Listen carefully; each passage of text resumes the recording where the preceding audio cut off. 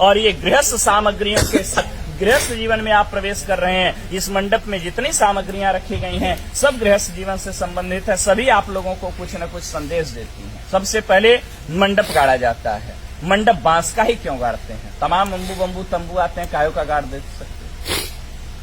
बांस की विशेषता होती है, बांस सबसे बड़ा वृक्ष माना जाता है, लंबाई में सबसे ज्यादा होता है, लेकिन जब ऊंचाई पर जाता है तो जाने के बाद क्या हो जाता है?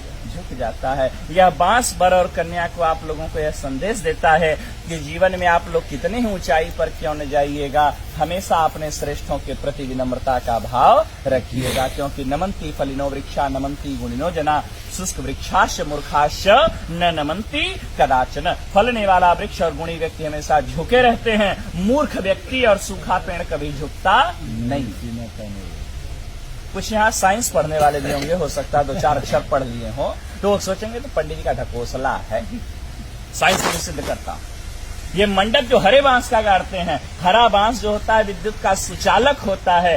मंडप को कुश और काश से छाते हैं। कुश और काश जो होता है वो कुचालक होता है, ठीक है ना। ये सुचालक होता है, वो कुचालक होता है, ठीक है ना। वो नॉन कंडक्टर है, ठीक है ना। तो इसीलिए यदि आकाशीय विद्युत गिरे तो मंडप में बैठे हुए लोगों के ऊपर, वर कन्या के ऊपर उस विद्युत का कोई प्रभाव न हो, उसी बांस के माध्यम से वह अर्थ में समाहित हो जाए, धरती में चला जाए। इसी कारण इसीलिए हरे बांस का मंडप लगाया जाता है। भारत कृषि प्रधान देश है और कृषि कार्य बिना हल के संपादित नहीं होता, इसलिए हरीश गाड़ा जाता है।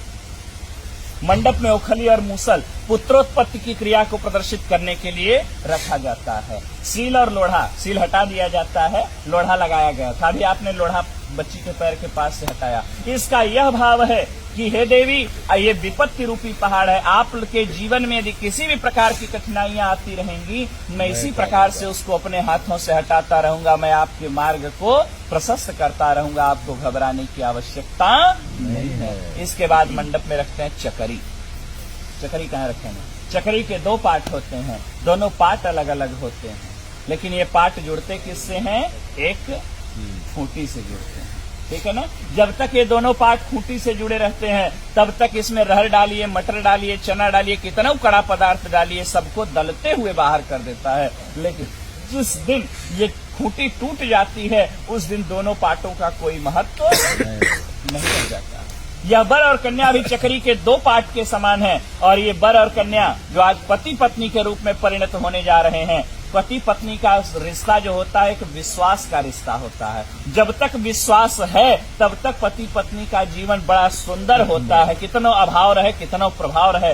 लेकिन जिस दिन विश्वास रूपी खूंटी पति पत्नी के बीच से टूट जाती है, उसी दिन से वर और कन्या अर्थात पति और पत्नी का जीवन नारकीय हो जाता। इसी भाव को प्रदर्शित करता है यह चकरी। हाँ, सुग्गा। सुग्गा क्यों लगाते हैं मंडप में? सुग्गा मीठा बोलता है।